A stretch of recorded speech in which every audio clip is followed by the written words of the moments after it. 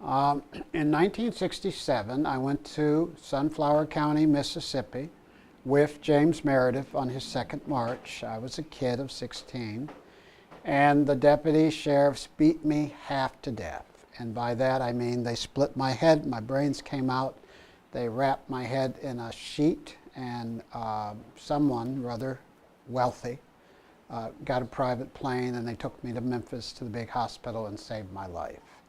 And the thing I remember most about that is the name calling, what they did not call me. And I don't think they meant to beat me within an inch of my life, but that's what happened. Well, this week, at Stages of Freedom, we received probably 300 calls, telephone calls, destroying our ability to do anything other than take the calls. And we had to take the calls, but because when we wouldn't take the call, they just keep calling, and disarmed our ability to function as a nonprofit. And they were calling because we had a flyer in Warwick that said, Stages of Freedom pays for swimming lessons for children of color. Very positive, upbeat term, meaning everybody basically who's not white. Now, our flyers and the like normally say African American children and other low-income children. And it says that because white kids can get in the program too, along with Latinos and Asians and Native Americans and almost anybody else who's not solid middle class. That's what we do. Last year, 12 white kids in the program.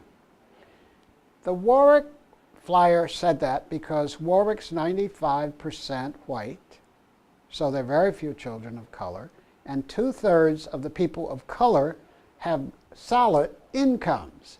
And so we put these 20 posters up looking for the 1% or so of children who are low income and black or brown or Asian, and caused a firestorm, kind of a organized level of hatred, accidentally started by a woman connected to URI who just didn't like the term and thought it said colored.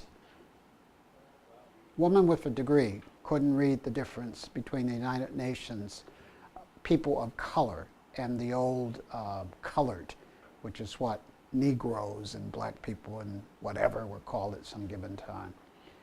And the level of hatred, the vicious comments, the racist comments.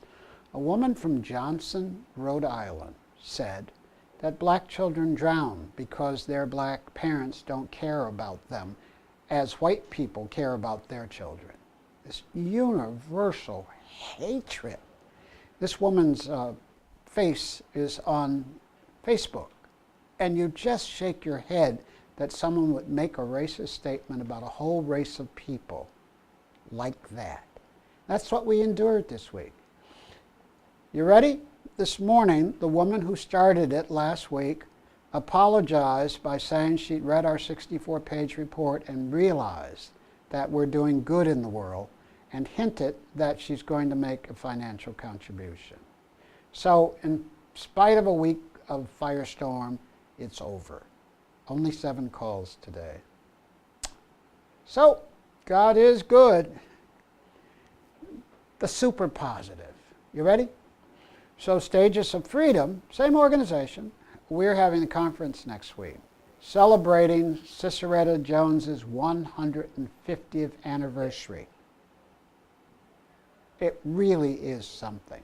First superstar black diva in the world. And she lived right off of Benefit Street. She lived here. She had her own train. She had 55 employees. She performed for 4 presidents of the United States of America and the future King of England and the Kaiser of Germany. This extraordinary woman. We have an opening exhibit at 10 Westminster on Thursday night. We follow that with a one-woman play at Grace Church. The next morning is tea. And we're doing a tea because Cerreta Jones threw tea parties for little girls in College Hill for 20 years to teach them manners and how to take tea. So again, in honor of her. And then Friday night keynote address at the Athenaeum. Saturday morning, a tour of Cerreta Jones's Providence.